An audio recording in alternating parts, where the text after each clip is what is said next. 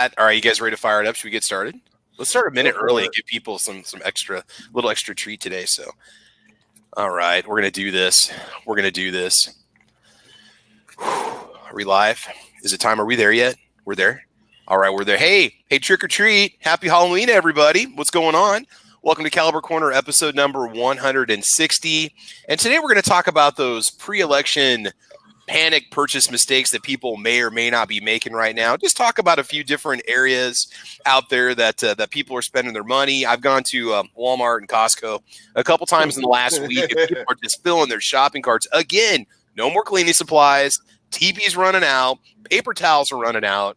I guess when the world's falling apart, you're still going to have your TP. So I don't know. We're gonna have a little discussion on this today, just to see what you guys think about it. And then also, if anybody out there is in the market for guns and ammo, try to give some practical advice for not making irrational purchases. Now, I'm just as guilty as anyone else is making purchases of guns and ammo in the last couple weeks and paying MSRP or more than what would have been the traditional retail for the ammo, especially in the last couple of weeks. But you can still get out there and spend some money. No, you don't have to spend $900 on an AR-15. No, you don't have to spend $760 for 1,000 rounds of 9mm like they're pushing over on Gunbroker. You can save some money. But before we have the discussion, let's go and get started. By the way, this is my Halloween costume. I worked really hard on it this morning. It took me about 5 minutes to put it together. I've got the trap shooting vest. We got the eye pro. We got the ear pro. We got the over under right there. We got the Fud Life, orange hat. Yeah, what's up, Travis? So your Halloween costume is 2-bit content creator, right? No, trap shooter, professional bottom feeder YouTuber. Oh, okay. Yeah, professional. I saw the Ghost Tactical patch. I had to ask. Oh no, I got this. Ghost rocks, man. Ghost rocks. He's my boy. So, and I got to give him some love because he created the logo for Travis P11. So it's an inside joke, okay? I understand. I know. Yeah, 2-bit content creator. No, I don't go on Reddit that often, so I don't really scour the net for information. Yeah. I just spit out my coffee. That's pretty good. Mm-hmm.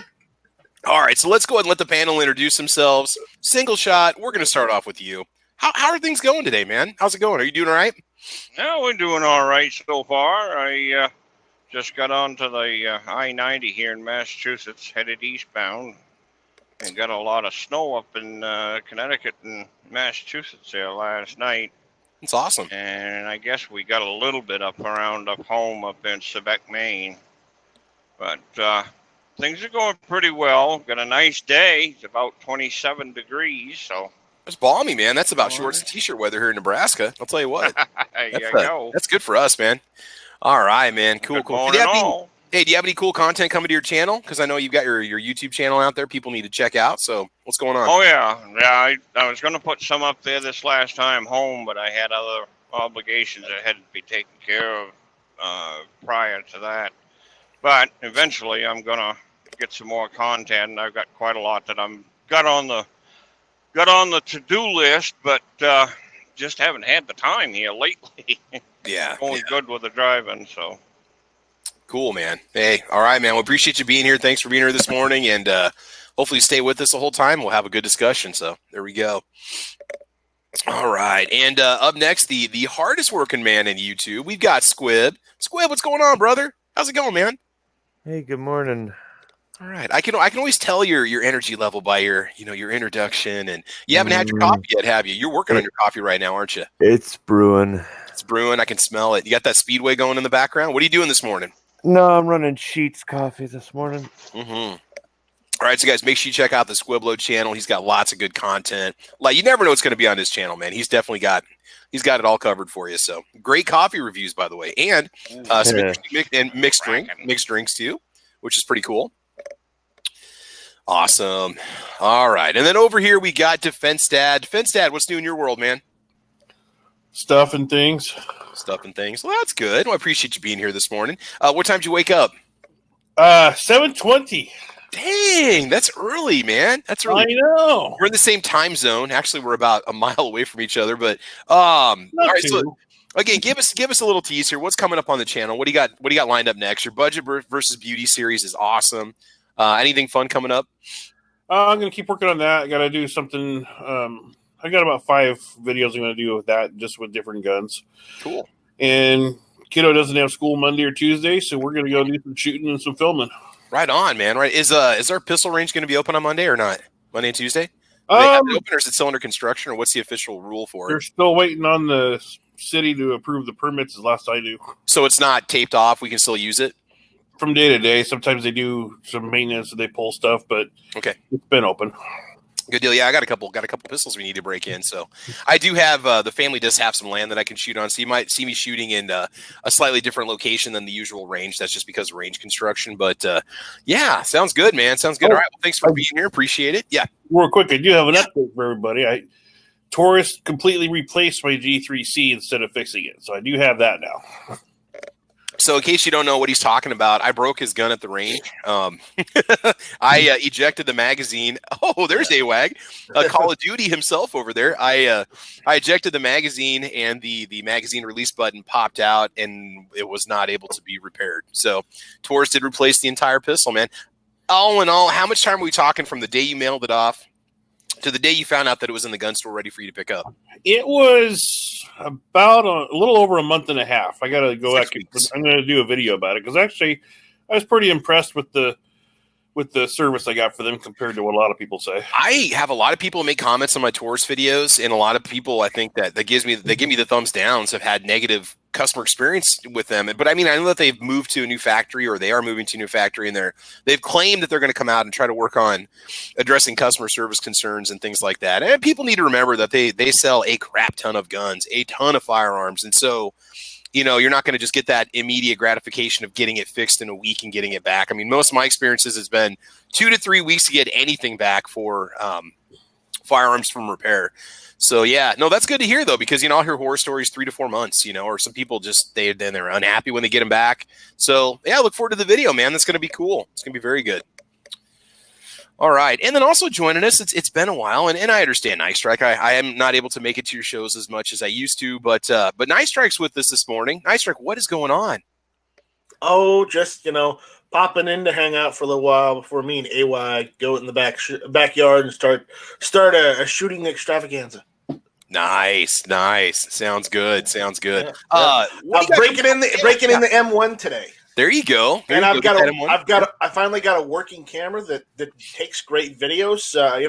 Thanks to Artist and Tony. So I'm going to go and use that to take a whole bunch of videos shooting the M1 today. You better. You got a lot of videos you got to start making now. There's no excuse. Now that you got a camera, you got to make it happen. All right. I know. I got to get back on my game. And have you taken the Grand apart to clean it? I've taken it apart. I haven't cleaned it. What I did was I oiled it up. I greased it up because, for the most part, when I inspected it, it was pretty clean. All I did was just get a bore snake and just go down the barrel with the bore snake with some CLP. That was good enough because it was when I got the gun, it's spotless. Oh yeah. No, I mean it's spotless. So all I needed to do was just add some oil where you have to because of wear, and then grease as well because of some parts rub on each other. So you gotta make sure you have it greased. Otherwise, problems will rise. Oh yes. And just shameless plug. Make sure you watch my cleaning video on the M1 Grand. I got you covered in that area. Okay. I watched Brownells instead. Oh really? Yeah. Why would you? So did I. Right. So would I. Shh, industry secret.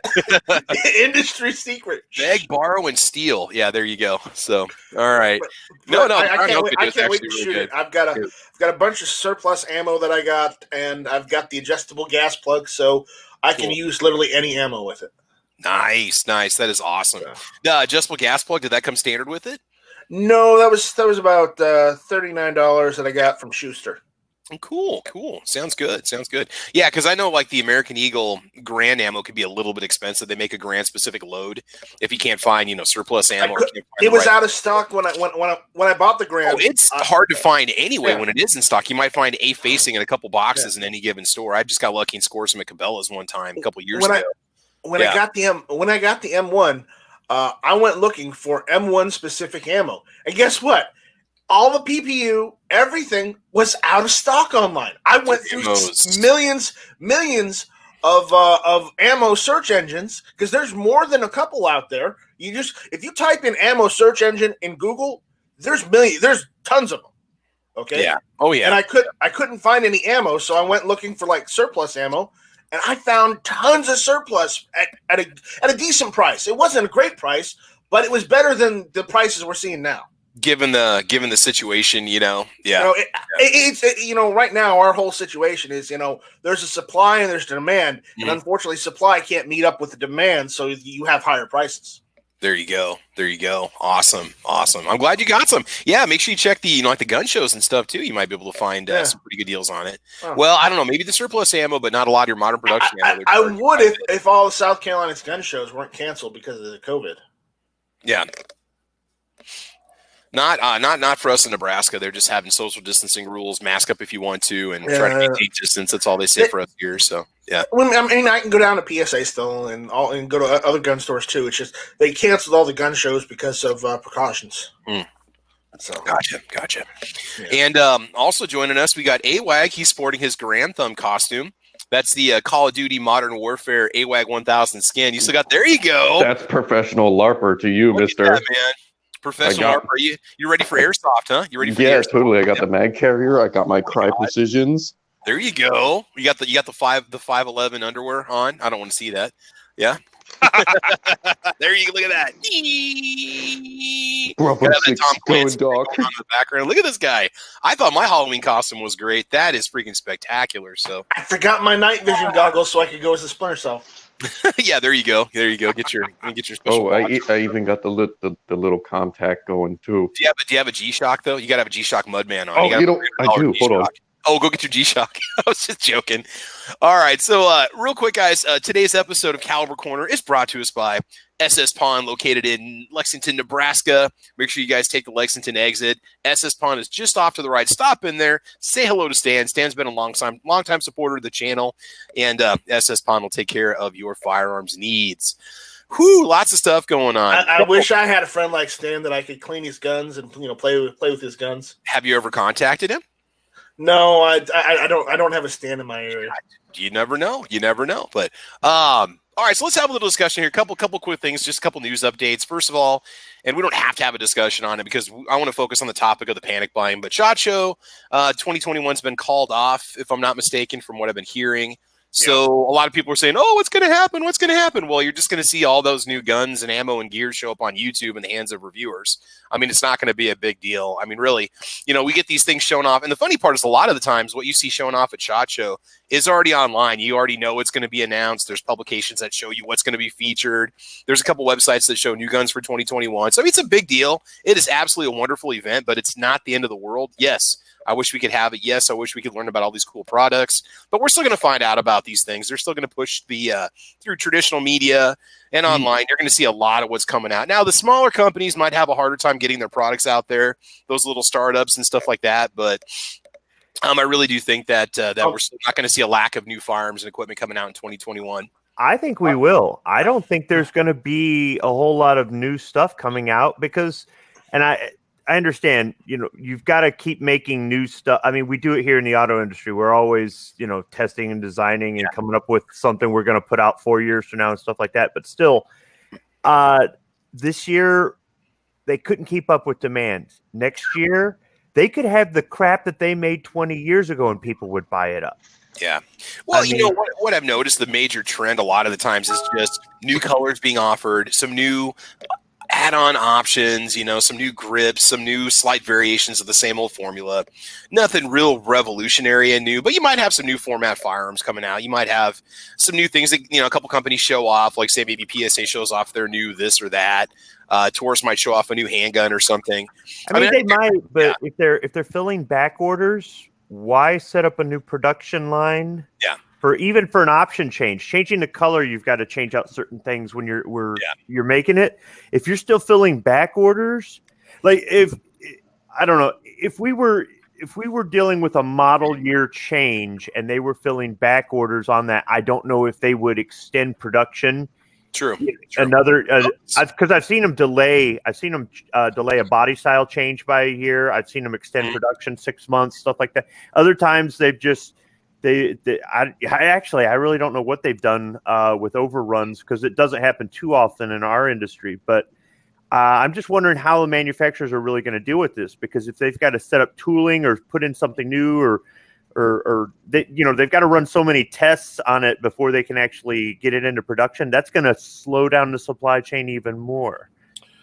Well, depending how the election goes, too, I mean, a lot of manufacturers might be scrambling to put out products so that existing gun owners can keep their guns on the market, or they might have to retool what they were going to release, because if Biden gets elected and he does ban all the stuff he's talking about doing, that it doesn't make sense to come out with the brand new stuff until you know your model. Right. Yeah, because they just spent all that money on that and it for nothing. But even if he doesn't and things seem to level out, they're going to be filling back orders for a long they can show us prototypes and mock-ups of things maybe coming out in 2022, or because you got to think about it, a lot of these companies have probably been getting things ready to go because they've got to be there in whatever, like 2 months, and so there might be some things sitting around. They might tease us with some designs or some concepts or whatnot. You never know what's going to happen, but again, I really think it's going to really affect a lot of those smaller companies that want to get their products out there and get some exposure, those things that we didn't know existed, and which is kind of a shame. And then the other thing too, if you guys haven't heard, Walmart's now going to be putting their guns and ammo back out on the floor, which is kind of, I don't know if they're doing it because of customer criticism or because of negative press, or they did it. They started doing it yesterday because I went to Walmart the other day when they took them away, and I'm like, because I know the guy who works at the counter, and I said, George, what happened? And he's like, I don't know. I was just as surprised when I came into work this morning as you are right now. Apparently, they put everything in the safe because they were worried about what's going on in Philadelphia. Okay. For everybody who still buys ammo at Walmart, I have to ask, why? Because a lot of us who live in rural areas don't want to make an 80-mile round trip to Cabela's for a box of ammo they might not have. Yes, you can order online, but if I just want a box of shotgun shells, I'm not going to order it online and pay $15 for shipping. I only go there really for 22 because I buy the cheap Thunderbolt ammo. Yeah, I mean, for me, I was buying it before they pulled the pistol ammo and before they started, getting rid of the pistol calibers and the 223 and the 7.62 by 39. Yeah. But my Walmart still sells shotguns and they sell lever actions, and I really go just to look at the lever actions and the shotguns. Okay. Yeah, that's where I've been getting my 30-30 because it's half of what I can get it. Well, not quite half, but pretty close to it for what I get. We're going to get it for at the sporting goods store. You guys probably buy off of cheaper than dirt, also. No, absolutely not. No, I've never. No. In fact, I haven't bought from Midway for years, but literally, Scrib here, like for 30-30, it's different to $30 a box compared to $14 to $15. Yeah. I mean, if you want to go pay double, that's fine. I mean, but yeah, I mean, for me, most of the ammo that I bought, I purchased in the past when it was first relatively inexpensive, and I just usually buy in bulk and would get it delivered when it was free shipping. I talked with calling him George, and apparently they just put the guns in the safe because every Walmart that sells guns and ammo has a giant safe in the back that they put all their guns in, and it's not like that. You could still buy them from the store whatever they've got in stock. They just have to put it in the safe for safety reasons. That was the thing. That was the stipulation I was told. So just because they took it away from the display counter and put it in the safe does not mean you couldn't still buy one and take it home with you. Well, I remember when this happened back in Nebraska last summer when we had some protests going on. Our Walmart pulled all the ammo, and I asked the guy about it. I said, is any of this available at all? And they said, nope, we're not doing any sales for the next 48 hours. I'm like, all right, fine. I don't need it anyway. I was just kind of curious. I walked in there. It was empty. I'm like, what the heck? Because you don't usually see those cases, and everything. The shotgun ammo was pulled. All the big boxes were pulled off the shelves. All the stuff out of the, out of the cases and stuff. But, yeah. So, I try to go to Walmart as little as possible, but because I hate the store in the general. But if I'm there and they have ammo, I'll pick up a box or two. That's about the extent of it. What I had heard is they had taken that off because of the election, because 2 or 3 other sources that I stay in touch with, they're expecting riots after the election, positive or negative, and it doesn't make sense, but then it does, So it's all up to the 4th. It's all up after the 4th. And people wonder why I carry a gun. Yeah. Really. Yeah, anymore. Right? Well, let's get into the discussion then, guys. Here we go. Yeah. Are people being irrational with their purchases now? Let's focus on guns. The panic buying, is it panic buying we're seeing? I mean, are people overreacting? And if they are, what should they be doing or thinking so they're not paying $900 for an AR-15, or they're not paying $100 over retail for a Glock? What should people be doing right now if they need a gun or if they want ammunition? What do you guys think? What are some of your options? What can a person do? Are you talking new buyers or Patient. Wait until buyers or anybody that's out looking right now? I mean, if I want something really bad, it's like, God, do I really want to pay $150 more than I did a year ago? Should I go ahead and buy it? Should I not buy it? I mean, people can make whatever decisions they want to, but what do you guys think? Is there any kind of advice we could give somebody who's looking for a new gun and you're going to be greeted but nothing before retail or higher than retail prices right now? What do you guys think? I mean, if you can, and this is what I've learned, depending on where your state is, check arms list. Like, if you're looking for something specific, check arms list first, because normally you can. It depends on what you're looking for. Normally, and depending on your state laws or something, even if you do have a restricted state, even like New Jersey, you could still go on arms list, talk to the person trying to sell that firearm that you want, and then have them agree to do a transfer. And all you have to do is pay that person directly and then pay for the transfer with an FFL, or in case of South Carolina, you just pay them for the gun and it's essentially yours. You write a bill of sale or something like that.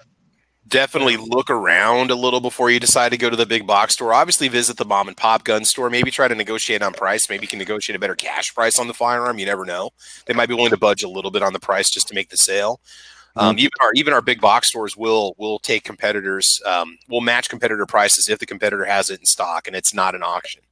So that's kind of interesting how they operate. Yeah. And that's the case too with like arms list. You're actually physically talking to the owner of that firearm. You can negotiate down a price if you want to.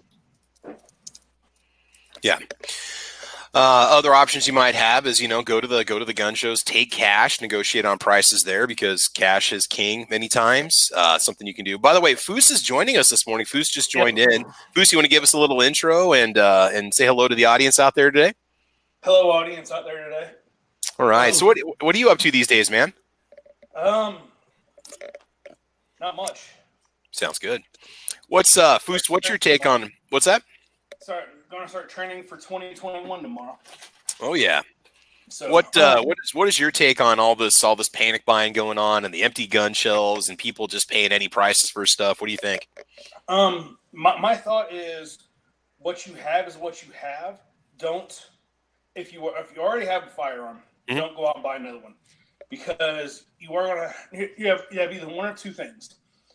If Trump wins, prices will eventually come down again. If Biden wins, your money should be going to other things. Okay. So whether it be, food, medical, whatever, putting stuff away for higher taxes later, that there's other ways to spend your money. So you have what you have. Don't go out and buy anything. And just, that's it. Just what you have is what you have. Foos, would you say that prior to some of this stuff, the $750 AK was ridiculously priced because it's a $450 gun, and when they marked it up to $1,400, that was crazy. And if things change even worse in a couple months, it goes up to $2,800. You're in some ways you're kind of throwing your money away. No matter if you buy a firearm now, you're throwing your money away because this is my son came to me and he said, I want to go get an AK. And I'm like, son, do you realize that they're double what I paid for, no no matter what firearm. I'm saying no matter what firearm, because let's say if Trump gets in, prices are going to come down. If Biden gets in, like worst case scenario, Biden gets in, House and Senate roll Democrat. Biden does his gun legislation. That $1,500 AK is now a $200 AK. Because people won't want to have the potential of having to go like a tax stamp scenario. Is that what you're saying? Tax stamp, and then every tax stamp on every magazine. Absolutely. Absolutely. Yeah, I mean the reality is that what could happen is going to make the market go crazy. It's not necessarily what will, it's what could. And I mean, if you've got that much money just laying around and you don't care, that's fine. But if the dust settles and you end up having to pay even more at a later point for government regulation for that gun you bought, or that gun plummets in value, you're gonna. I don't know who was out there during some of the previous panic buys buying $1,200 AR-15s. I remember during assault weapon ban, they went up to $1,200, and I would not pay that. And I still had an AR-15 pre-ban lower during the assault weapons ban. I paid $400 for mine, and I didn't do anything illegal to do it. But yeah, they went from $400 to $1,200 practically overnight. And I've seen that happen a couple other times, post Sandy Hook, et cetera, et cetera. How many people were out there buying those $1,200 guns that, 9 months ago we could buy for $400 again? So back in 12, my now current boss bought a $1,100 Delton, and he's like, I've never fired it, I've never done anything with it, but at least I know I have it. But he told me that like earlier this spring. I'm like, so are you sorry that you bought it? He's like, I'm sorry that I bought it when I bought it because I did overpay, but I'm not sorry I had it. So if you don't have a long gun, a semi-auto long gun, yeah, go ahead. But if you already have firearms, you already have a pistol, you already have a rifle, don't be buying anything, not even ammo, because that is stupid priced. And if you think about it, you're feeding the panic, and you're also enabling, in some cases, the price gouging. I understand some things have gone up because materials may have gone up, or shipping may have gone up, or labor may have gone up because of trying to keep up with demand. That's a minor thing. Actually, in the auto industry, we factor in overtime on the production line and don't raise the price of the car based on the fact that we're running 7 days a week to keep making them. When we're setting up everything, I don't know how they do it in the ammo industry. They probably don't have, they don't know. They know these panics come, but they probably don't factor that in. But still, that's only going to raise the price marginally. It's not going to quadruple the price. I know several people in the ammo industry. This year, they did not switch over to rifle caliber for hunting calibers. Usually, a machine line will be down 7 to 10 days for, swapping calibers, maintenance, stuff like that. They're forgoing all that. They're staying with the popular calibers. They're trying to pump stuff out. They are having to do COVID stuff. But yeah, components have gone up. Labor hasn't gone up because that's gonna be covered. Well, no, if they were running 5 days a week, they're paying straight time. If they're running 7 days a week, they're paying overtime and double time. And I don't know if they factor that in. We actually do that before we start making, a line of cars for 5 or 7 years. They don't do that in ammunition. They don't go, well, we're only going to make this ammo for 5 to 7 years, and then we're going to retool for the new model year ammo. So they probably don't factor that in. But what they have done is they have hired other people. They have spread out their expertise along the 7 days a week, 24 hours a day, and they've hired more people. So they're not paying overtime. Yes, they are paying more people, but they're also selling so much more. So their labor cost has not changed per round. What has changed is the COVID stuff, and then shipping. So this is for everyone who's out there, going to wait for a little bit to buy for Christmas, dude. I'm in the transportation industry. We have been at peak since April. All of the shippers have been at peak since April. Yeah. If you want stuff shipped and make sure it hits your place, order it it's going to get worse. There's going to be times where you order something and it'll be 4 weeks for delivery. And so whenever you get into the LTL company, you have the same issues. It's what can the shipping company ship? And some of these components and stuff need to go LTL, and there's getting delays. Absolutely. You got one other factor in there too, and it's called the JIT system, just in time. And this time of the year, you're going to have a lot more JIT because of the end of the year. They don't want a whole lot of stock left in their warehouse to get taxed on. Right. I'm a driver. Yep. I'm a driver myself, so I'm driving right now, as a matter of fact. I've been out here for 31 years. We have 2 weeks of inventory in our warehouse. And when I started there 3 years ago, that was standard. The bean counter said, get rid of it. We're paying taxes on it. No way. We got rid of it. COVID hit. And when we fired back up, we were going crazy to try to meet demand. And eventually we slipped in a little labor here, a little labor there without raising the price too much. And over time, we managed to build up another 2 week stockpile. If we get furloughed again for 3 months and we come back, that 2 week stockpile is going to get eaten up so fast. And what they're trying to do is save money by recalling people in stages instead of calling everybody back at once, because for 3 months, they took a loss. And these bean counters are trying to make up for loss anywhere they can. I'm sure the ammunition manufacturers, anytime they've had shortages or labor slowdowns or whatever else like that, they're crunching the numbers and looking at it.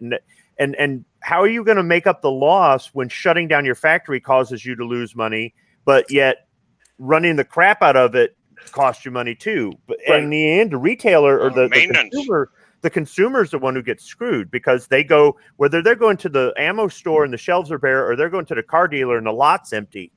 They want something and they can't get it. On top of that, so because SHOT Shows cancel, I'm going to go ahead and bring this up. A lot of times, Foos, can you boost your volume a little bit for us, buddy? It's a little quiet. Yeah, sorry. That's all right, man. Yeah. So now the SHOT Show being gone, there's a lot of distributors that will go to SHOT Show and make their orders for the year, and they get a discount price on orders for X amount of rounds or X amount of boxes or whatever from companies. Well, since COVID hit and everything, all those orders were sold, like the year allotment for these distributors were sold by April, May. So they're having to go back to these companies like Federal, Winchester, and all that stuff, and putting more orders in. But you're like, okay, you're not getting that discount. So let's say it's a 20% discount if you order, 3 billion rounds at SHOT Show. That's awesome. That's could be passed to you and me. But now they're having to go back for 10 billion, and all of a sudden that 20%'s not there. All of a sudden that distributor has to bump their price 20%. So there's those factors as well, and that's just factors that distributors have to pass on to us, because you go out to Walmart and stuff, there's at least two middlemen, maybe two middlemen between you and Federal or Winchester or whatever. And so they have to make money too. Walmart has to make money. Their distributor has to make money. It comes from offshores. The importers have to make money. So all this, there's middlemen in here. So like a $15 box of ammo might have originally been sold for $6. And also now that distributor is having to pay $10 for that same box of ammo, you're not going to be able to pick it up off the store for $15 anymore. Yeah. We real quick, guys, we have a suggestion from Midnight Range who's out there. She says, check online, auctions, estate sales for guns and ammo. That's a great one. Out here in Nebraska, where there's always estate sales going on, lots of guns. And he says there's a few in Pennsylvania today with a bunch of ammo, guns, reloading stuff. Also check on Facebook classifieds for reloading. I don't know what you can sell for reloading components. I know you can buy reloaders if you want to try to get into reloading a little bit to offset some of those costs. Again, we've talked about this before because of the difficulty in sourcing primers and powder and bullets, just projectiles themselves. Yeah. If you do get powder from an estate sale and the container is open, don't use that powder. You have no idea what's in that powder. And, there's probably people out there say, well, I've been doing that for years. I never had a problem. I buy it at garage sales. Hey, all right, you do you, buddy. Unless you know exactly what those grains look like. You know how much moisture's been in that. And, I mean, you could load 1,000 rounds and none of it will go bang, You might get an authentic load. Yeah. The other thing to think about, too, if you want to try to get good deals, go ahead, Bruce. Pull that. No, Fusi, go ahead, man.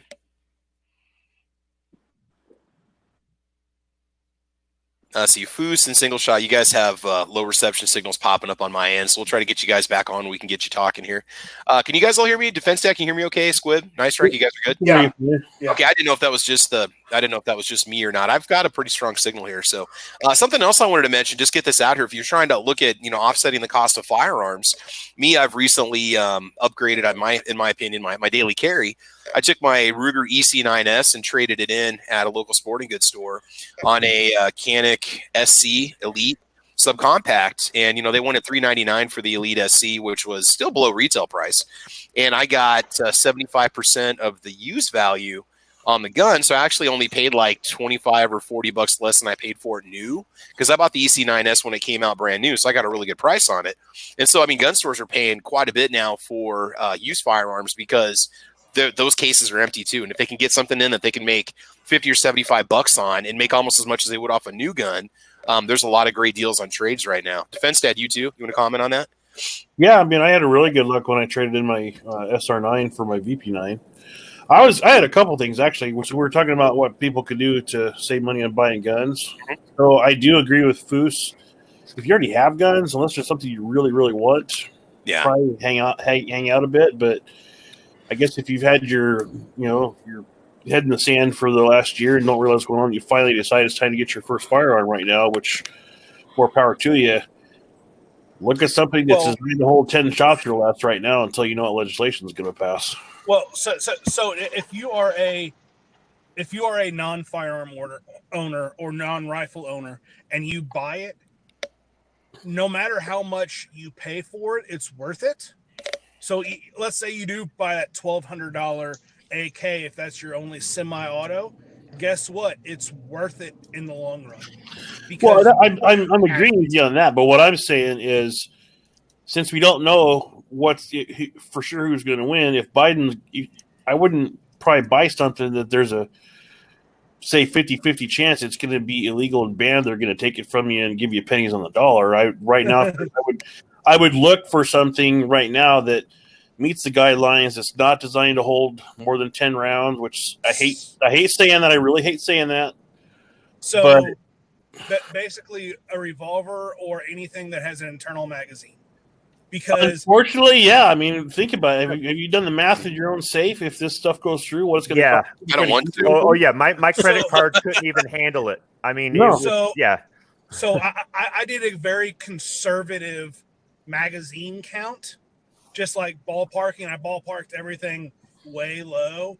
I would owe between $46,000 and $58,000 just in magazines. And here's the thing: there's going to be no exceptions for shooting sports competitors. It's going to destroy the shooting sports industry because your average person is going to have to operate off of one magazine unless they want to drop, unless they got the change to pay for 5, 10, or 15 magazines and fill out all that paperwork and wait. My estimate was rifle only, no pistols. And like people are thinking, oh, you're 1911 because that only holds 8. Bullshit. They have 15-round magazines. Sorry for the cussing. They have 15-round magazines for 45. They have 12-rounders for 40. 9mm. Or if you got a double stack. Yep. And that's what I was getting at too, because there's so many gun owners out there that I've talked to in the last couple of weeks that don't realize that. They think it's only going to apply to AR-15s and AK-47s. Like, well, no, if you look at the ATF's definition of assault weapon, your Glock 19 falls under that. Yep.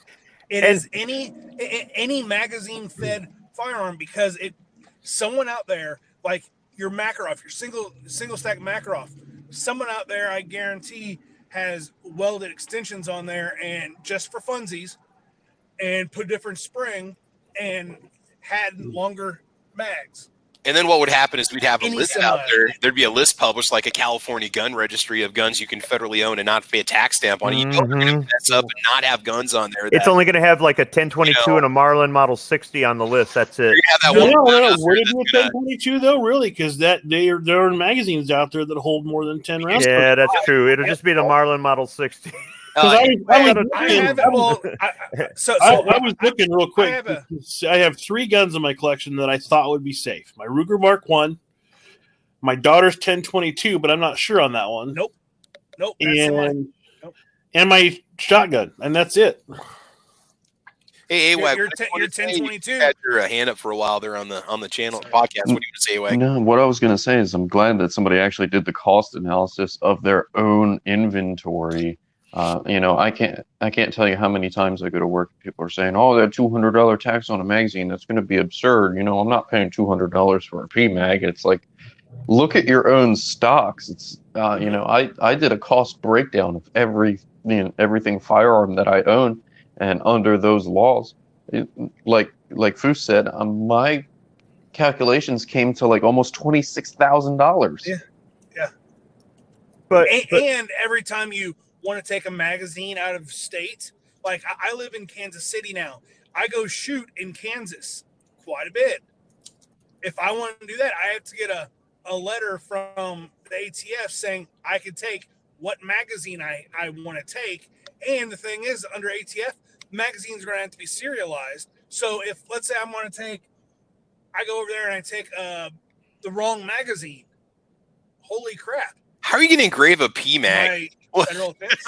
You have to put a sticker on it or something. There's no way you really. You'd have to like electro. You could laser them.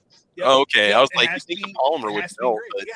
Okay. But getting back to what Foos originally said, if you're late to the game, and Defense Dad too a little bit, if you're late to the game and you're just now getting your first gun, you're going to be screwed on price. If you can even find it, you're going to be paying a ridiculous price. There are some ways, like an estate sale, or maybe you can find a deal here or there. But for the most part, then you have to deal with the whole ammo thing. Here's the thing: prior to this, you were going meh, or I'll get one later, or you guys are crazy gun nuts. Well, who's the crazy gun nut now? The people are going, what do you need 50,000 rounds of ammunition for?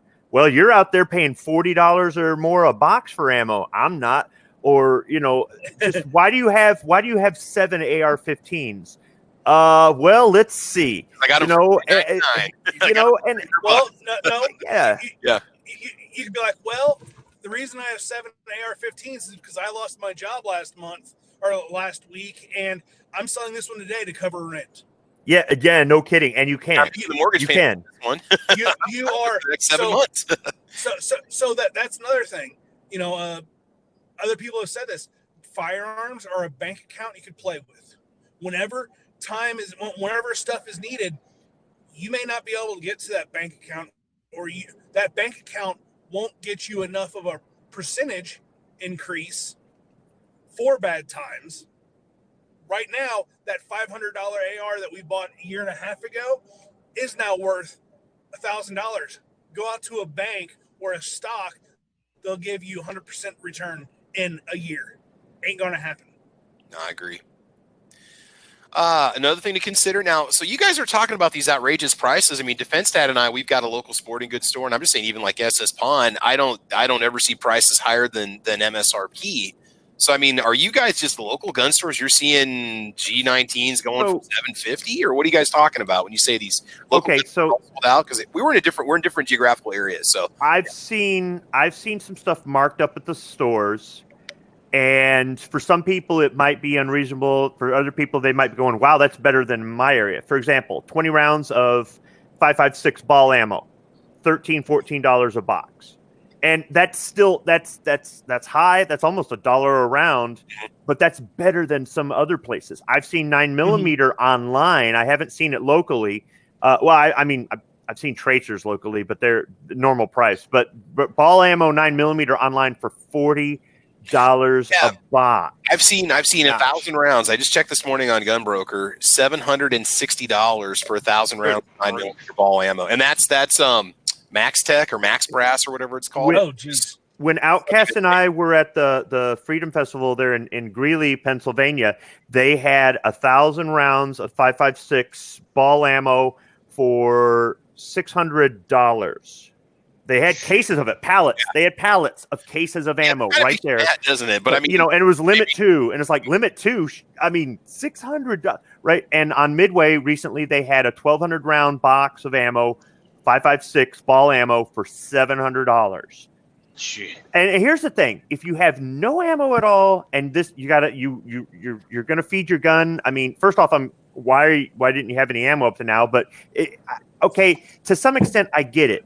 But you realize that when you're buying these cases for $600, $700, when you're paying $14 a box, $40 a box, whatever it is, when you're doing that, you're enabling these people to price gouge, because there are other companies out there going, they're paying the same price for it and they're selling it for $15 a box or whatever it is. I can understand a slight markup, but not quadruple.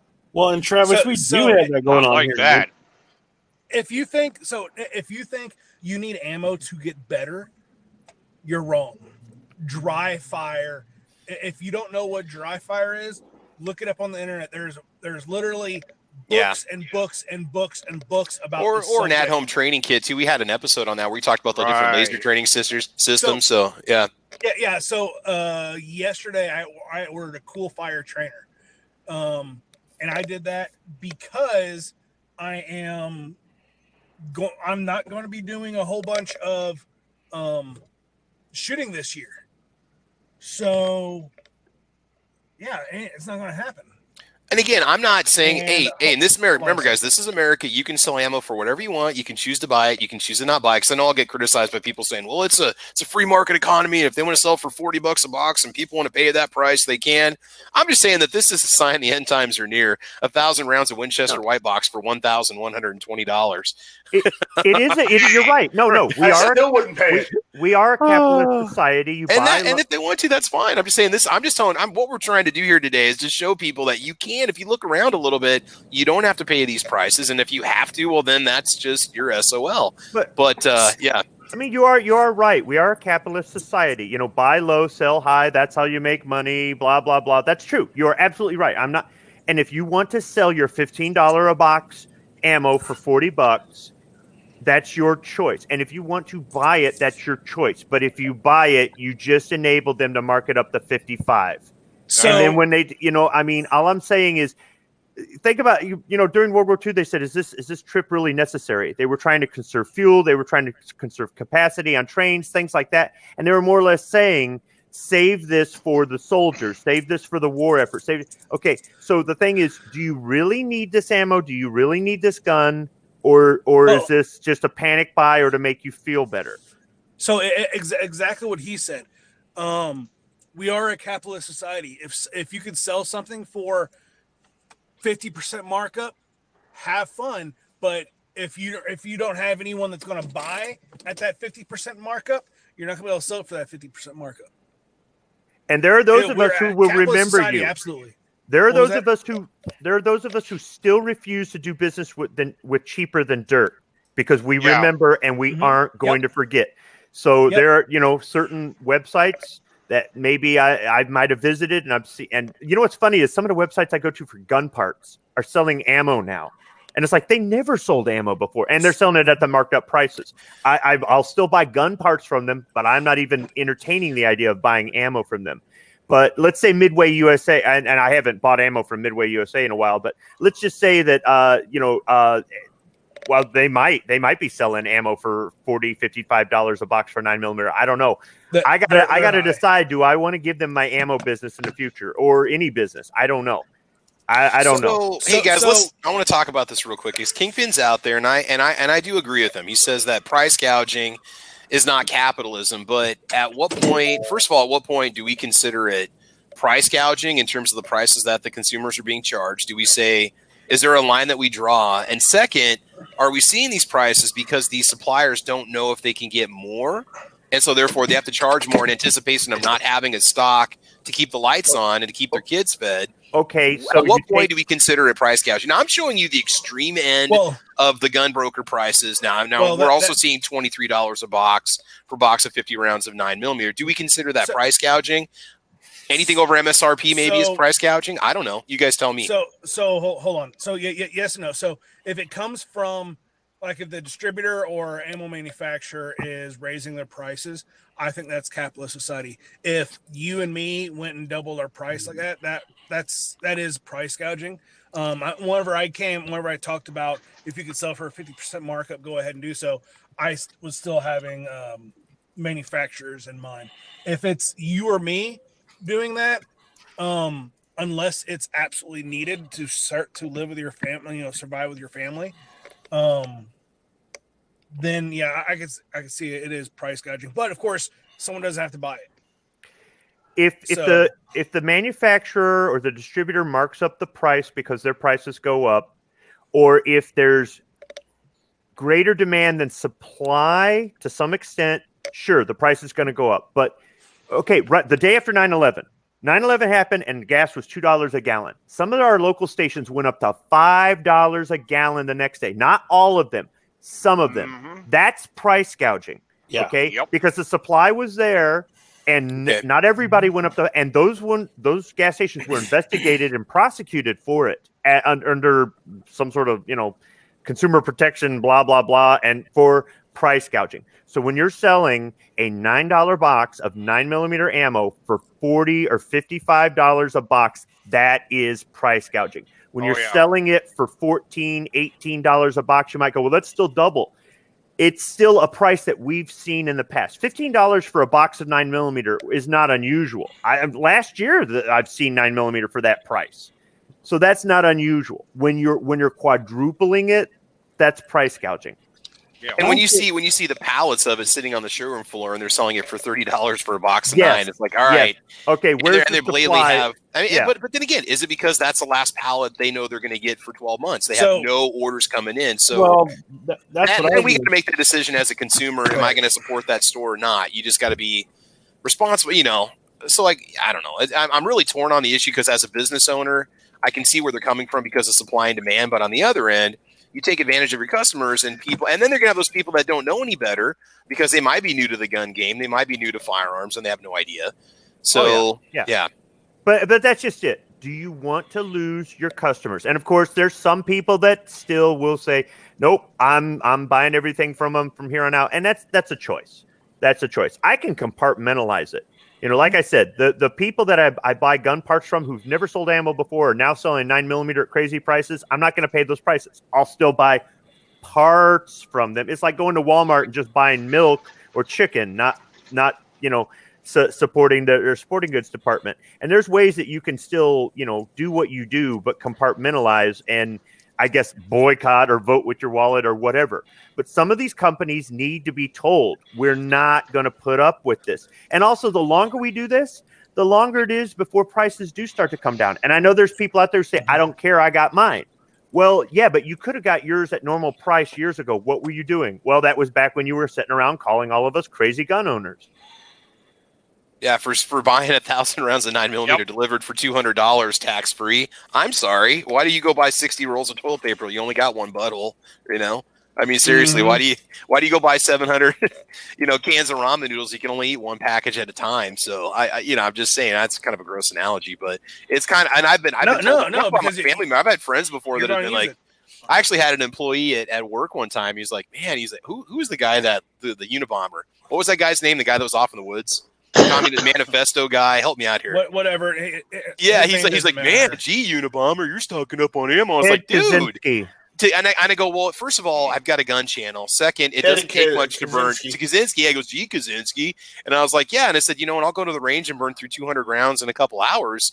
I make gun media. I go through a lot of ammo. I'm sorry, I want to save money. And then I said to him, you guys go to Sam's Club. Why do you go buy 65 rolls of toilet paper for you and your wife? And you buy 2 or 3 of those cases at a time. Well, because I save money. There's your answer, bro. Yep. So anyway, not to get away from the discussion. No, that is a great analogy, though. And I love using it. It's like, I'm just trying to save money. And now these people are like, man, 9mm is so expensive right now. It's like, I know, right? Travis, now half of those people I'd like have to- guns too, and they I'd like know to make why one you more did it. point. I'd like to make one more point. Go ahead. These guys that go to the range and they say, "Well, I'm not going to pick up this 223 or this 9mm. This stuff is so cheap." So cheap now, huh? Really? Yeah, the never enough ammo theory of every payday pick up a box or two works. If you can't afford to get a whole case of ammo, or Dude, I did that for 4 years, and Yeah, I I am mean- sitting good, and I still have ammo to spare to make videos and shoot. All yeah, right. when you buy it by the case, you do save money, and it is a great way to buy it. I'm not knocking that, but let's say you're buying baby formula or other things, so you're tight on money. A box or two at normal prices will not kill you, and at the end of the year, you got a case. You might have paid a little bit more for it, but you're not paying interest on it. This is from the guy who uses credit cards for everything. You're not paying interest on it, and you've still got it. At the end of the day, it's just like putting a gun on layaway right now. If you can't afford that gun, but you can lock in the price, get it on layaway. But pick up that brass. Save that brass. Reload it. You know? Yeah. You're gonna get past a lot of that expense in a lot of the calibers. Not all of them now, but yeah, in a lot of the calibers you do. The whole reloading thing, it's for some people, you can lead a horse to water, but you can't. And it isn't for everybody. That. There are some people, it just isn't for them. Right. So, I mean, but it is right now, yeah, all of us reloaders are going, we got ammo. We're good. You know? That's right. Oh man, just crazy. The one thing I did want to say though, when I was talking about getting the new carry weapon, I mean, it wasn't really my intention to go out and get a different gun, but I wanted a different carry weapon that or firearm that has a higher capacity, which is one of the reasons why I went out and did the trade that I did. Plus, I got offered a pretty decent amount of money for what I paid for the gun, considering I'd put quite a few rounds through that firearm when I traded it. And then also, Squib, I went ahead and took out one of their store credit cards, and I got another $50 taken off the gun. So I got out the door with my Elite SC for $220 after tax. Wow. But see, now that you have that store, and then I actually just turned around and paid it off with money that I hadn't checked. So, I mean, I got it paid off and got $50 back, and I got rewards points. You know, okay, you build up points to give you $50 back. But here's the deal: now they're going to start emailing you specials. And it's only if you use their credit card. No, that's good because there are certain things that at that store that you might be able to get only because yes. They gave you the 50 right off the bat. Once you get approved for the card, they gave you 50 on your first purchase right then and there in the store. And then after buying that gun, I actually earned $8.50 in rewards. I think I can apply anytime. Defense Dad, is that how that works at that store? Yeah, and it's not just a gun store; it's like Shields. Okay, it's kind of like, how do I explain it? It's like Cabela's, but with all sports included in it, or Bass Pro with all sports included. And then I could use it at any time when I check out. And I buy other stuff there too. I've got a Yeti coffee mug addiction. I mean, they've got camping supplies. They've got everything. They got barbecue supplies. They got pet supplies. Coffee addiction. Furniture. We've seen it. I know. It's bad. You ought to see. It's really bad. But no, we saw it in Tulsa. We know. I want to run something past everybody in the same sense that Never Enough Ammo has been saying forever. Pick up 2 boxes of ammo on payday and you won't notice it. CloverTech said that when everybody was panic buying ARs and AKs, they're selling things like their bolt action guns and their revolvers because they're not tactical. Or those things aren't going up in price. So that was when he's buying bolt guns and revolvers because he's already got the ARs and AKs. And I think both of those YouTubers are giving great advice, especially if you already have the semi-automatic handgun, the semi-automatic rifle. And you're like, man, I ain't paying $12 or $1,200 for an AR. I'll wait because they've gone down before. So is this a time to go out and buy that, or maybe trade up, maybe take that $400 PSA AR and maybe trade up on a Ruger GP100 that somebody's shot a couple times and they paid $700 for it. Trade up on it, man. Especially if you got other ARs sitting around and you're good. You know, think about it.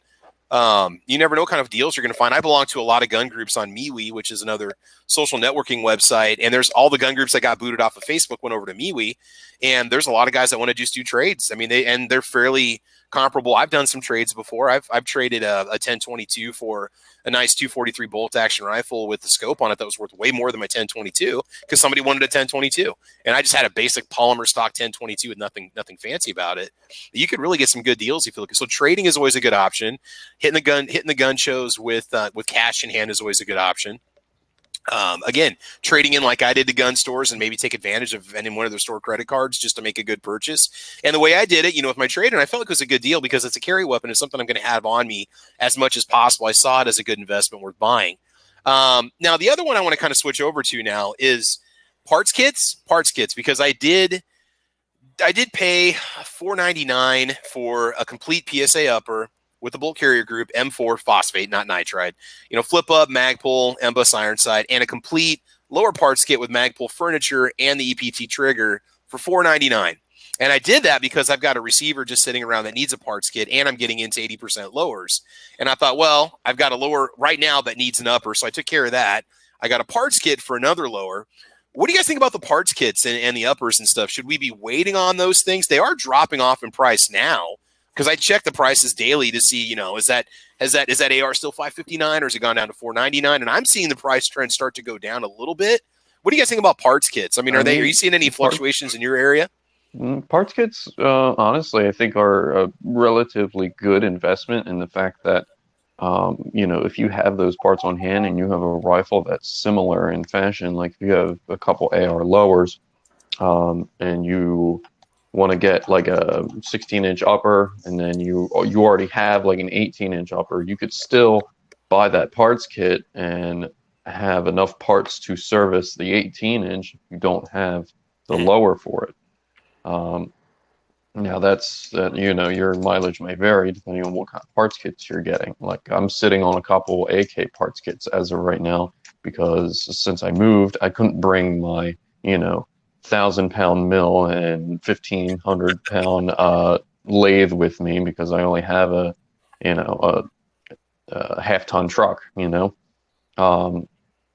I'm sitting on parts kits right now, waiting for the ability to either rent out a shop so that I can get a new mill or lathe. Just to lease some space from Night Strike. Well, I got to get a barn out back so that we can start night wagging gunwork. I'm first in line. So, you better get that started, guys. But the problem is I need to get it cleared, and Austin will tell you it's not easy. Yeah, Start on it. Go do it. It's going to be a nightmare. Who cares? But when it's done, you're going to be like, damn, this was good. I'm glad I did this, Yeah. It can't be that bad. It really cannot be. Is it that? Because Defense Dad, you and I talked to a couple guys at a gun show a couple weeks ago. They're a little 2-man startup building ARs. They're a firearms manufacturer, and they build them in their garage. And they're doing custom builds of AR-15s. You can order it, option it out however you want to for people that don't want, that just don't know or don't understand or just want to get a custom rifle and they don't want to deal with building it themselves. And it can't be that hard to do. These are just two typical Nebraskans that got their firearms manufactured. The work of the firearms is not hard. Okay. It's the geography and clearing the land clearing. The land clearing it's got to be the problem. That's you can't just put a 12 by 12 steel building up and just have a nice flat foundation. There's no room. Yeah, there's no room until you. There's a lot of trees. I can understand that then. All right. Well, do you have a garage you can start making them out of to get started? I have no garage. That's why I need the barn. Okay.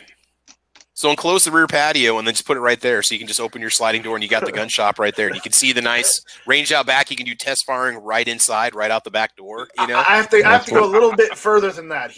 Austin knows. Can shoot further. It's fine. No, I'm just talking though. But I was kind of curious about how hard it is to actually kind of get a start of firearms manufacturing business going, because these guys have it going on, and they're just 2 guys that are just kind of pursuing their dream, So I was just kind of curious on that. So parts kits, I'm looking over at PSA right now, and I'm seeing basically the same prices. People have been telling me in my videos, well, that parts kit's up about $150 from what it was a year ago. For me, I thought it was a good investment because it gave me the parts to complete 2 ARs. So, now I've got a fully finished AR and I've got a receiver ready for a parts kit. And, so I thought it was worth the investment. But I did. I'm even guilty of paying these prices too, because some of these things I haven't really got into much, and I don't build a lot of my own lowers. And unfortunately, I came in at a time where, but I'm still seeing parts kits for what, $100. You can still get a decent parts kit for $100, $125 with furniture and buffer tube and weight and all that stuff. Just parts in general. Since things are not as easy to get, or they're overpriced and I'm not willing to pay it, or I'm only willing to go so far to go look for something, I've been spending my money on parts and accessories that haven't gone up in price, because these are things that I've neglected to get, or I could use a second one of this or what. I'll be filming an unboxing today for reload supplies that were not marked up. I bought them at normal price. And I might be filming another unboxing where I got some parts, some AK parts that were normal price. So I'm just buying them for stock. That, and I don't have as much discretionary spending as I used to. So for me to spend $30 on this order or $100 on that order is what I'm doing right now. And so even if I did have $400 a month, I wouldn't blow it all on one box of ammo or something. So there are things out there that you can get if you don't have enough of this or you don't have enough of that, and it hasn't gone up. Support those businesses. Buy that. You're going to use it anyhow. If you're like itching to spend some money or something, or you want to get something but you're just not sure what parts, spare parts are not a bad thing to have. Oh, definitely. And also, if you want to save money, if you're potentially shopping for your first AR, I mean, I've seen off the rack ARs, Black Rifle or Black Rain Ordnance, bro. They make a line of rifles for Shields, and they're $6.99 for an off the rack M4. And I mean, you get a magazine with it. You still need a rear sight. But if you really want to save money on getting an AR-15, don't go pay $900 for this or for that. Go get yourself a parts kit. Get yourself a lower receiver if you can for say around $50. If you can buy them locally, you'll save a transfer fee. I'm seeing parts kits for $119 over on PSA. Get your lower built for $175. Does that include a stock on that parts kit? Yeah, where I'm looking at a basic M4 furniture kit. You can go Magpul for $124, or you can go absolute bargain basement for $119. And if you can get yourself a stripped lower, or do an 80% lower if you've got a drill press and you want to get a jig and invest in it, make your 80% lower, and then you can get an upper. You look around for uppers, you can get them for anywhere between a decent one, be $235 to $300 will get you an entry level complete upper, depending on which manufacturer you want to go to. Probably more like $350 from Arrow, or maybe like Anderson. You can get a complete one from Off Optics Planet for say $300, $325. Okay, you can still go even cheaper than that if you don't buy it all together in one kit. If you just buy the parts kit with the mil-spec trigger, and then you get your stock and buffer tube and this kit. I mean, I'm sitting on 2 complete lower parts kits with just mil-spec triggers, and I think I paid $30 for each one of those. I think we're seeing about $100 for a complete kit minus the buffer tube and weight, but $119 on PSA for a complete set with furniture, $124 for the Magpul edition. My older son that went to me about the AK thing, when I told him, I'm like, son, they've doubled in price, and by the way, you're not going to get an AK for Christmas.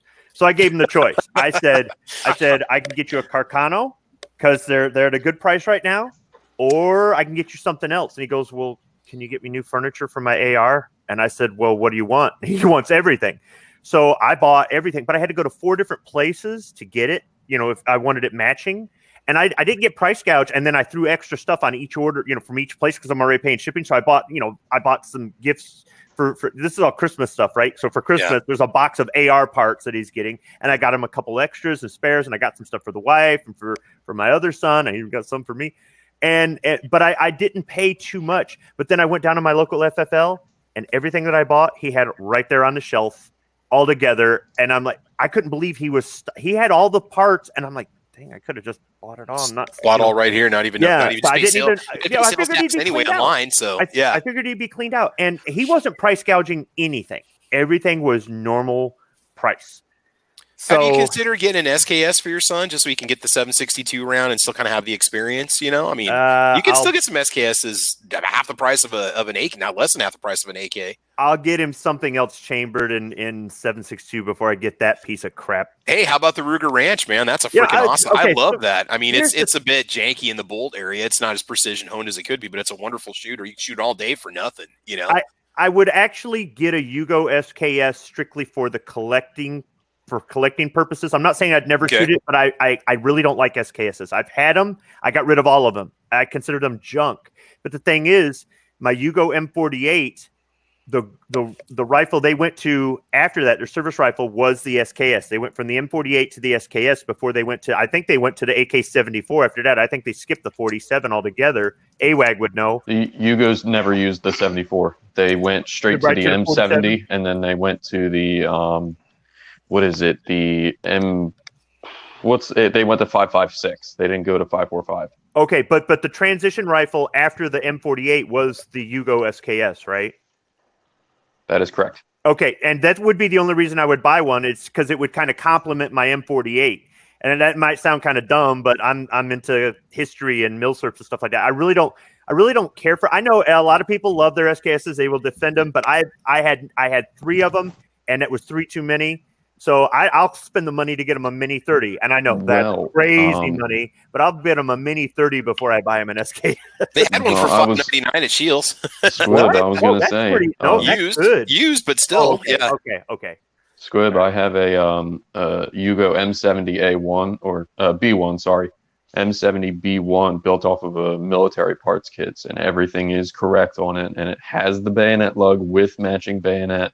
I replaced the tritium sights on it too, so if you want that, make it historically accurate. No, it is historically accurate. Correct. Oh, okay. So if you want it, I might be able to work something out with you. I got a Mosin on layaway right now. Let me pay that off first, and then I might be buying some antique ammo off of somebody here in a couple of months too. So let me get past that. Like I said, I don't have the discretionary funds I used to have. Oh man. I missed that money. And it's built off of a Nodak Spud receiver, so it is correct. Those are good receivers. Yeah, that would be something. That would be something that my kid would really enjoy, and that's just it. I think what he does is he doesn't go out and buy guns because he knows I'll go buy them for him. All right, so let's switch topics here now. Talking about panic buying. Let's Squib. That says you're a good father. Oh, does it? I haven't got a coffee mug that says that yet. World's best dad. He's got like brass casing sitting around on it. He's probably also got the shirts too. Yep. World's best dad. AR-15s on the cup. All right, somebody get a hold of Alan Anchor. You need to make these. What is it? Dad went to Florida for Christmas, and all I got was this AK-47. You know? Yeah, right. That's what you need for T-shirts. You know, my dad went to SHOT Show, and all I got was this lousy AR-15. Yeah. So here, I want to switch topics now because again, we're going to be getting into a hoarding situation. I got a feeling in the next 72 hours, especially if we're starting to see civil unrest as the election announcements start getting, and I'm not fear-mongering, I'm just saying this is a potential that could happen. And you look at these websites that are selling like the Patriot buckets and the food supply buckets and stuff, and I bought mine when they were cheap. But what kind of things should people know if they want to prepare? What should they have? Is there anything they should be maybe hoarding or stocking up on right now in anticipation of the election? I mean, for us, we're set for a long time in terms of food and water. That's just how we roll. But I mean, for your average person, I mean, what do you think? Because I still remember back in April or May when curfew stuff was starting to kick in Nebraska and the COVID stuff was going down. I went to Costco and like the back wall was empty. No teepee, no paper towels, no bottled water, and I'd never seen that in my entire life. It's like 3 tiers high, gone. I mean, they could rent that space out. You just answered your own question right there. Make sure you're stocked up on all your toiletries. Make sure you're stocked up on your paper towels. Make sure you have soap, toothpaste, deodorant, shampoo, all that hygienic essentials. Yeah. Make sure you're stocked up on that stuff first. Lip balm. The Sandy wipes are starting to show up in the stores now too. You might not get the Clorox brand, but I'm starting to see they're selling them in a lot of the stores now. You're starting to get the cans of just your cleaning wipes and Sandy wipes. Those are nice to have. Medical supplies. I bought a can of store brand spray disinfectant in Scranton, Pennsylvania, and brought it back to Michigan because I've only seen it twice in Michigan. Oh yeah, in 7 months, your Lysol. I don't even know what happened to that stuff. It's gone. I think a lot of it's probably gone, like the medical route. It's where I got the Walmart stuff. I found out where the Lysol went to in Michigan when we had the primaries back in August. Yeah, they had Lysol there, and I'm like, how did you guys get it? Yeah. Yeah, no doubt. I wonder why. Carbine Phantom says, make sure you have medical supplies. Okay, that's a good one. You got some triple antibiotic ointments, some basic bandages, gauze. Yeah. I would recommend that you have at least one trauma kit. I have one in my vehicle at all times that has a tourniquet in it, rubber gloves, quick clot, gauze for packing, tape. I have that in my vehicle because you never know. I do a lot of interstate travel, and I've seen some pretty nasty accidents in my time. You never know if you're going to have to help somebody. Don't Israeli bandages have an expiration date? Right? Don't they have it in the package? I don't know. I've got a cat. What do they call it? A cat tourniquet or something like that. That's what I have in my little med kit. My med kit's only a year old, so whatever I've got in there should still be good. I thought the Israeli med kits just said don't use them on Palestinians. Oh. Probably. But Yeah, medical supply is definitely a good thing to stock up. And I will say this, when we got our 36 roll of TP from Costco, it lasted us like 2 months, and there's 2 of us. And I go to the bathroom a lot, so I don't think you need to buy maybe more than 1 or 2 of those things if you want to get by 6 months. So Wednesday the president came on TV and said this is a national emergency, I went to the store after work, and I've never seen people in there at 10:30 at night, 10:45 at night. It's usually carts full of everything. Dude, they have their shopping carts loaded up. I go down the toilet and I see people running out of the store with shopping carts full of toilet paper. I'm going, what's going on, right? And I go down the toilet paper aisle, and all the toilet paper is gone, but there's still paper towels. So people are loading up on paper towels, and I'm thinking, dude, do you realize what that's going to do to your plumbing? What sucked for us is we had just moved, so we genuinely needed those supplies because we just moved into our apartment, and a lot of that stuff we just kind of ran out at the old house before we moved out. So I really did need these things, and I'm like, God, where's a guy supposed to buy roll paper towels? Because we buy toilet paper at Sam's Club anyhow to save money. Yes. We had a case of it at home, so I wasn't worried about that. And I'm actually shopping the sale items, and nobody's touching those. So I'm buying the 10 for 10 11th item free. Right, for $10, kind of, and just picking up this and picking up that, and people are running around, and I'm like, and they're all losing their minds, and I'm sending pictures to New York Outcast because he had told me this is going to happen, and sure enough, it did. So I don't know. I could see it makes some sense to maybe stock up on some stuff, but let's just get this one thing straight. On Wednesday morning, we probably aren't going to know who the president is, and even if the presidency changes, nothing takes effect until January. And even then, things are going to take a little while. People are still going to go to work. Those of us who are out there working and paying taxes, we're going to go to work. We're going to do this. We're going to do that. I think some people are going to go out and buy some extra or panic buy a little bit of things other than gun stuff. But I think for the most part, it's going to be business as usual. These riots that have happened in some of these bigger cities are going to continue to happen. They'd probably be happening anywhere. Anyways. Anyway. And most people don't live there. And if you still live there, I got to ask why. But I don't really see all this unrest, no matter who wins, the way people have been predicting. I think people are predicting it to build up hype. I think some people want this to happen. They're looking for their. Well, and the media doesn't help. The media sells us on fear, and then of course, wants it to happen. People get affected by it because that's all they hear if they follow national news or local news. Is people are fearing social unrest and they're stalking. I mean, but the industry peddles it too. Look at the body armor industry. I mean, look at the gun industry. Yeah. I mean, they're saying, hey, and then there's us. If you don't have a gun, you might want to go get one. We're not. Well, we are helping, but we're not helping the situation in general. But we're not fear mongering either. Yeah. With this unrest stuff, if Trump wins, it's going to continue and or escalate. If Biden wins, there is going to be a short lull. No. I think there's going to be a lull because it's like, okay, Democrats are in, we're going to fix something. And then whenever they realize that it's only going to get worse for them because Democrats usually are worse in that situation, then it's going to rise up again. Yeah, I can see, like, for where I'm at, car sales are going to plummet if certain things get enacted. In which case, now I got to be worried about having a job, let alone do I have extra money to buy toilet paper or ammo or something like that. So, trying to pay things off this year is another reason I don't have discretionary funds, because I've been trying to pay things off this year in the event that things get worse next year. On the other hand, if they get better, prices go down and availability, I'm going to still be spending my money. I'm still going to be supporting these industries.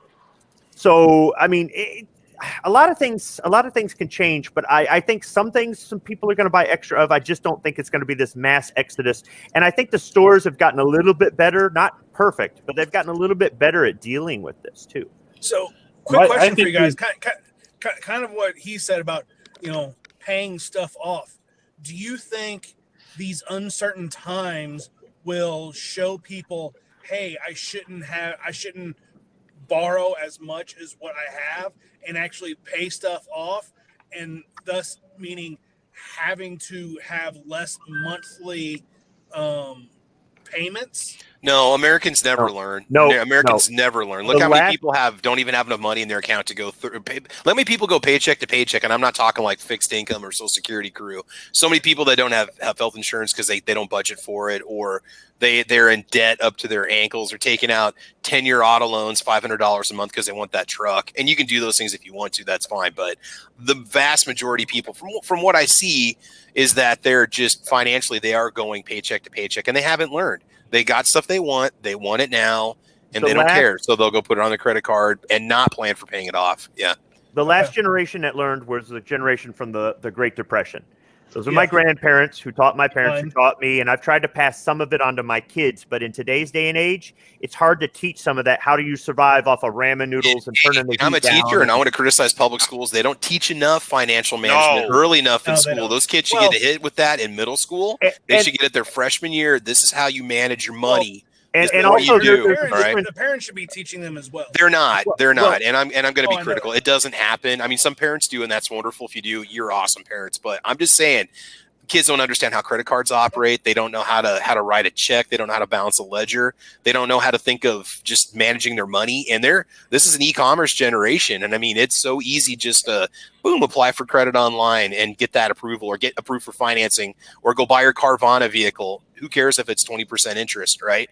And so it is sad, and I'm going to be critical because it really does. And I didn't necessarily have the best financial upbringing from my parents either. I'm not going to criticize them, but I didn't get a lot of, this is how you manage your money. I got an allowance. Don't spend it all in one place. That's what I got. Didn't get a checking account until I was in college. So, I mean, I didn't know how to, and you know what? And I got a credit card, and I went crazy with it in college, and I had to pay it off, and it sucked. So I'm just saying I'm just saying this is just in general when it comes to people not watching their expenditures. They really got to be careful. And now with prices going crazy on things, people can put themselves in an even worse situation. And some people are not responsible with their finances. Like, you know, somebody might look at my debt and go, oh my goodness. And I'm going, what? I got this because I've got this for the past 26 years or whatever. I made some mistakes when I was younger. I learned from them. They were painful mistakes, and I've gone through ups and downs. But I've learned how to manage my stuff. In addition to what I learned from my parents and a little bit I learned in home ec class and whatnot, the rest of it I kind of learned from either older people giving me advice or just trial and error or failures that or talking to loan officers or what have you. And I manage my debt. I actually work at management, but not everybody who has debt knows how to do that or is responsible like that. Some people, I got money, I'm going to spend it, or I got money, I'm going to save it. Neither formula is perfect.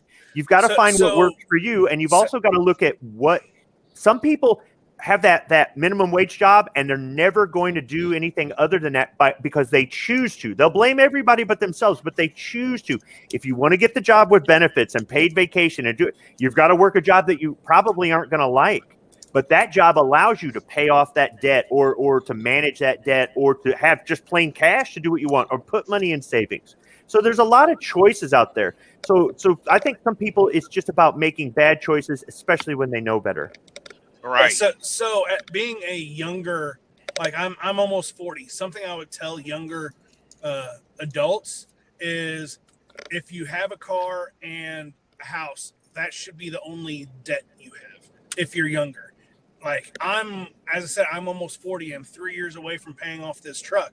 Once I pay off this truck, I don't plan on having another vehicle payment for the rest of my life. So it's a Ford, Foose. I don't know if that's possible. Yeah. I love F-150s. I love Silverados. I'm not going to complain. Somebody in the auto industry, I love Rams.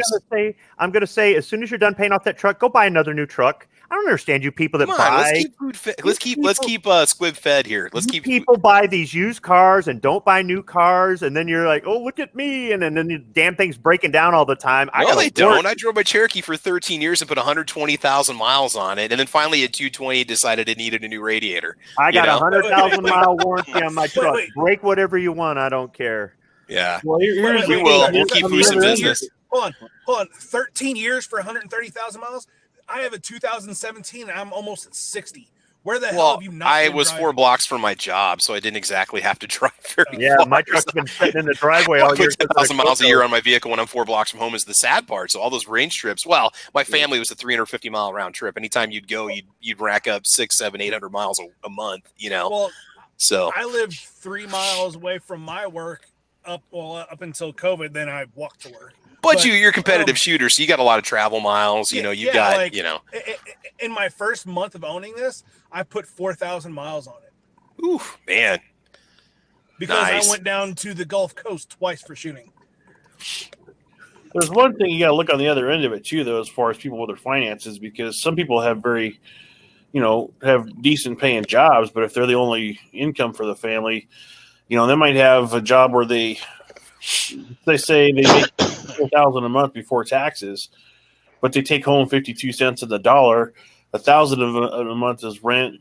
$300, $400, $500 is car payment. Like, things are just damned expensive to live right now, so you really got to watch those finances. Yeah, but a lot of that comes with age and wisdom. And here's the thing: if you screw up when you're younger and you learn from it, and then you're not screwing up when you're older, then you learned. That's a natural cycle for all of us. Yeah. But if you're in your 40s and you're still doing the same stuff you did in your 20s, then you didn't learn a thing. And that sort of person kind of brings everybody down and makes everybody look irresponsible. But that's not the case with everybody. But there are still some people out there. And then there are those people who go, "I don't have any money." Well, what do you do? Well, I work at 7-Eleven. Dude, you're 40 years old working at 7-Eleven. What the hell are you doing? Or they get the college degree in basket weaving, and then they wonder why they can't get a good paying job. European studies. Yes. European studies. And it's like, and then they peddle cheese at Whole Foods. What's funny is I went to a high school football game last year, and they're bringing the team out, and they're announcing all the seniors what major they picked in college when they're going to college in the next fall. And I'm going, that's a year away. They could change their mind or whatever. And I couldn't believe how many marine biologists there were on the football team. And I'm going, really? There's that many positions open for marine biology? There aren't. So if I'm going to go to school for what I want to do. Look, if I did what I wanted to do, I'd have nothing. And I'm not saying the American dream is to get paid to do what you want to do, but you'll learn to hate what you love when you do that. But the thing is, though, if you do what's available in your area, or you relocate to where that's available, and you can take care of your family, that's the most important thing that matters. And some people go, "No, heck no, I'm not going to do that. That requires me to pass a drug test." Or, "Heck no, I'm not going to do that. That requires me to stand up for 8 hours a day." Right? Well, then you're going to have nothing, dude. You're going to have nothing. Well, and here's the deal too. Like, I have a friend who's we're off the gun topic right now, but he's an HR manager for a major company here in town. He gets $300 to $400 applications a month, and he flat out honestly said, if they don't have a bachelor's degree, I just throw it in the trash because I got to weed them out somehow.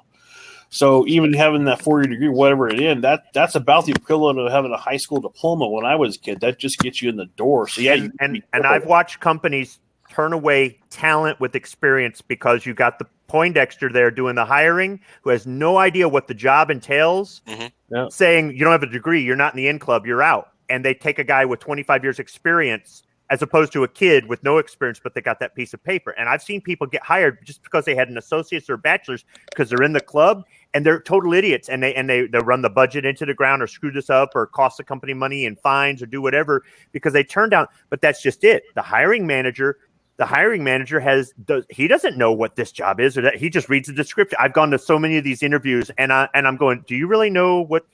The guy's setting the machine in front of me, and he's going, "What is that?" And I tell him, and he goes, "What does that mean?" And I go, "Really? Can I go talk to the guy who I'm going to be working for instead of you?" But yeah, that's just it. But I've also seen in the auto industry, a bachelor's degree in culinary arts, more or less midnight range, is a program manager for an automotive company making $125,000 a year with benefits because he's got that bachelor's degree. He doesn't have one in engineering or business management. Culinary arts, I kid you not, because they had that piece of paper and they're in the in club. So the door swings both ways. You might pass up talent because you want that piece of paper, or you might be able to get a job you're not even qualified for because you got that piece of paper. But still, I don't necessarily recommend. College is not for everybody, and that degree is no guarantee that you're going to get a good job. Nope, I'm over the moon. Right. My son decided he wasn't a great student. He just hated studying. He was floundering in college. Guess where he's excelling? He runs a drywall crew that does custom work. He makes really good money. He loves what he does. Trade schools need to come back. Oh, yeah. Oh yeah, Well, and I've said this before. In Nebraska, we've got a pretty solid program where we've got the the electrician training, the plumbing training, the nursing training. I mean, the high school that I was teaching at before had a really great vocational program, solid program. Kids would have jobs waiting for them right out of high school, and those places that would hire them would also pay for them to go on and get their associates and get their certification. And they had internships with a lot of those businesses in high school. So it's there. If the schools would support it, it's definitely there. But all right, guys. So maybe we've exhausted the topic of panic buying. So again, the idea was to look around for ammo, to look around for prices on guns, to check your estate sales, to look at maybe getting into some of the gun groups online and see if anybody's willing to do some trades, maybe trade in some of your firearms to reduce the price on what you want to buy. You can still get good deals. You don't have to pay $900 for an AR-15 if you don't want to. If you don't mind just maybe assembling your own lower or just getting a pre-made lower, buying an upper, slapping it together, you'll save money that route too. So I think we've given some pretty solid advice. Just again, make sure you have enough supplies so you could get by for say 2 weeks, just in case you didn't want to leave or couldn't leave, or if the supply chain gets disrupted. Because we've seen stores empty out over a weekend. We've seen shelves go bare.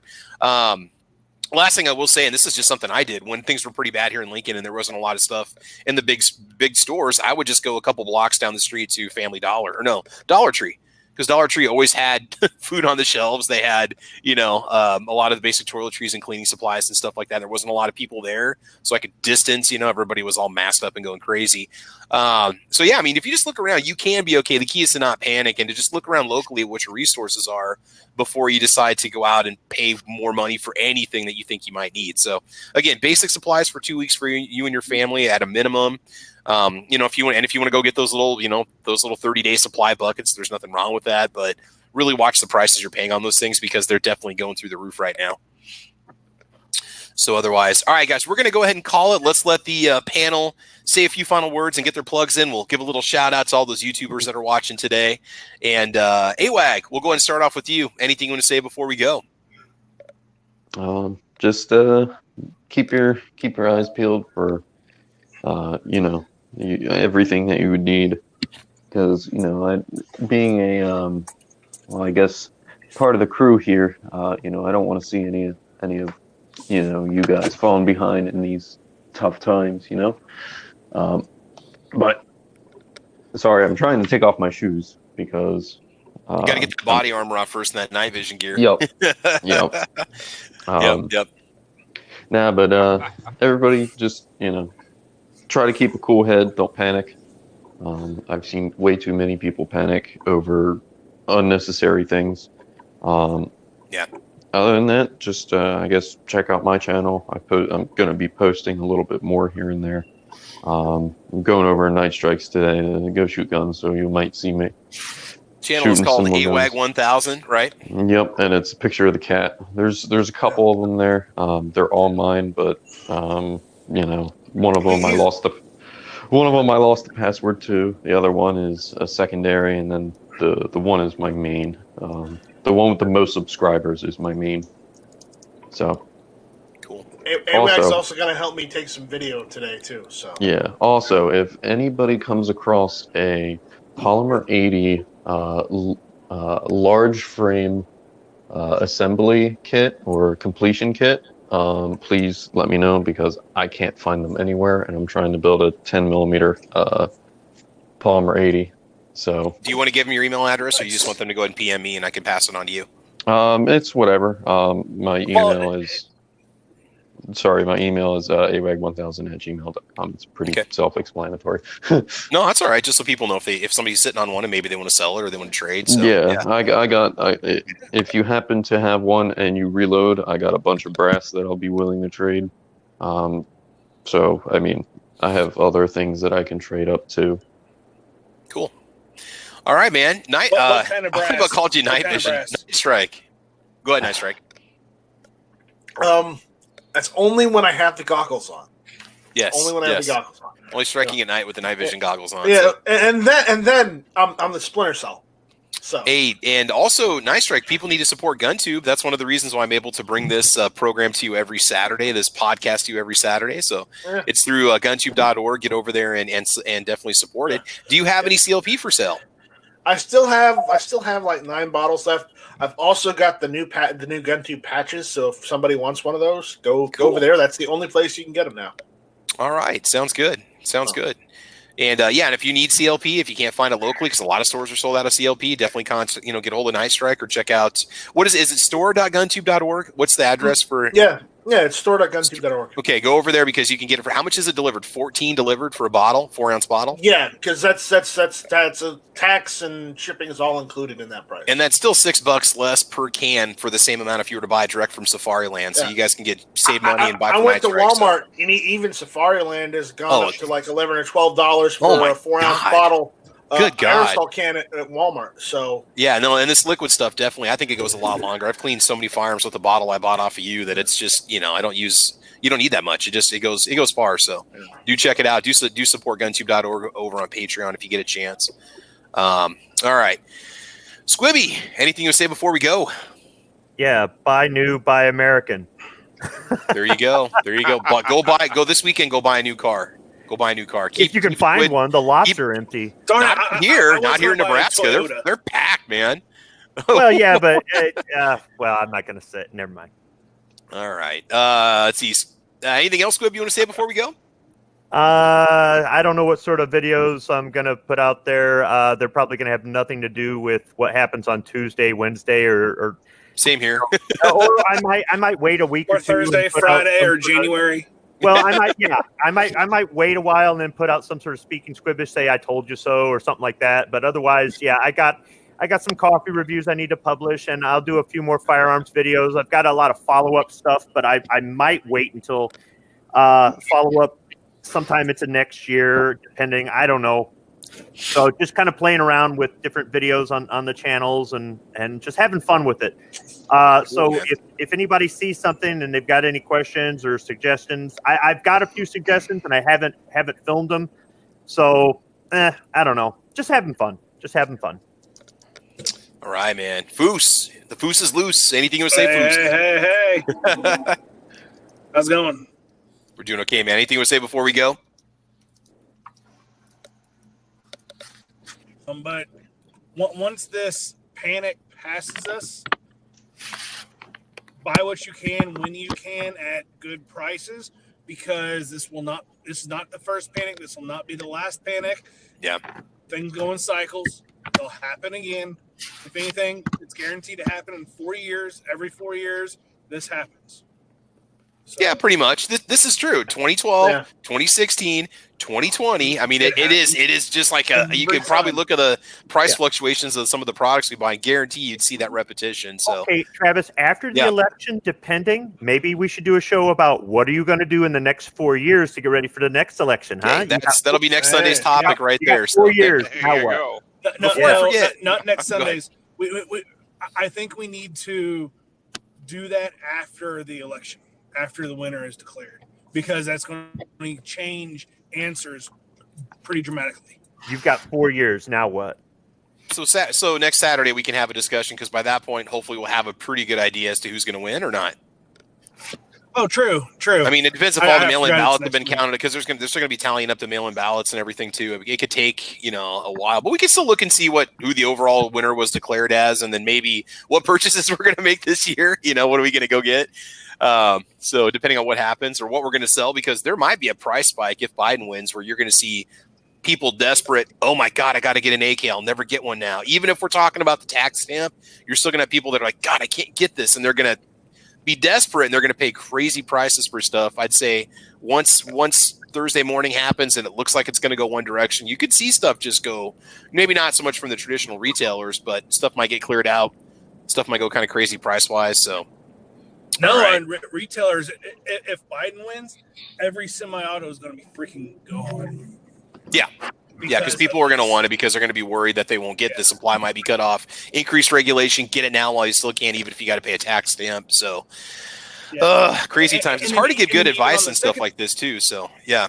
Even on the secondary market, if you want to get rid of something, that's going to be even higher, because there's going to be no paper trail, or no official paper trail. You better have a paper trail. Yeah.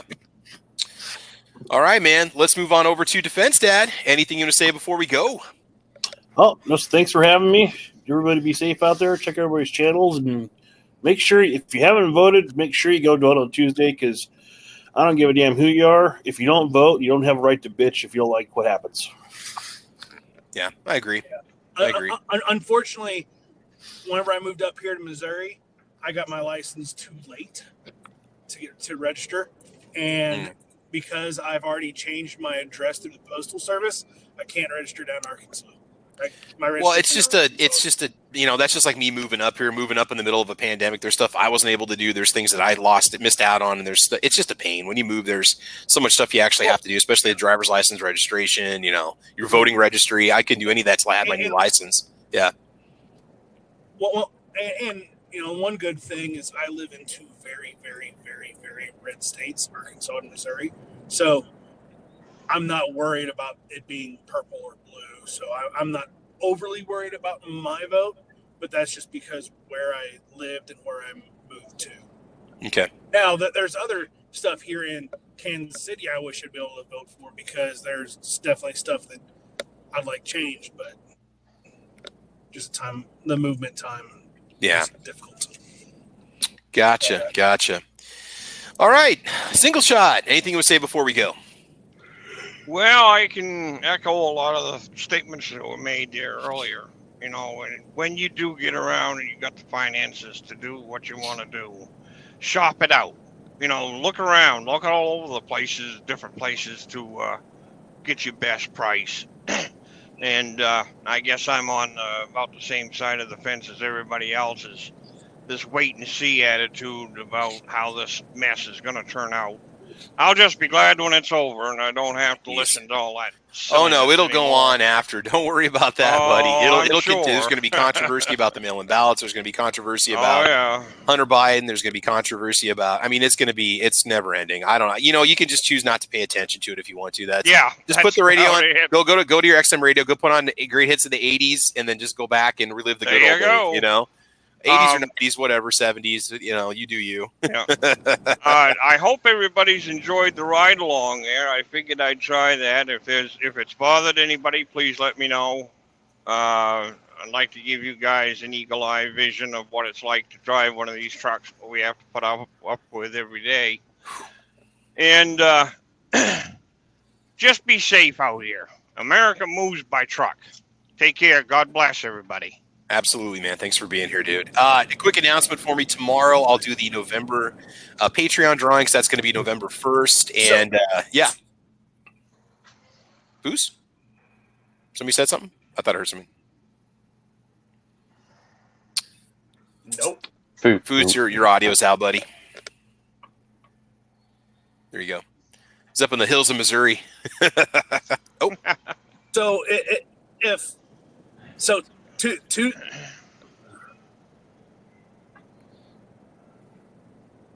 All right, I think we're going to go ahead. We're going to go ahead and call it, buddy. Just real quick, Patreon drawing will be tomorrow. Make sure you check out my channel, my YouTube channel, Travis P11. Otherwise, that's it. So let's see who is joining us over here on the YouTube side this morning. We had Ghost Shadow out there. We had Squibload in the house.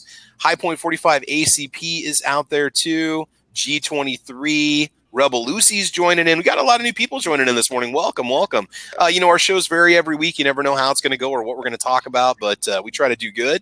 Let's see. Gabriel S2 is out there today. Tuhiya Barin Girl is out there too. Calabar 32 Special joining us. X Adam 1, Sardonic Sunshine. Let's see who else is out there. Squibload over there and over here. Ghost Shadow. Ozzy Orsborn's joining us today. I think I saw some tacos and french fries earlier.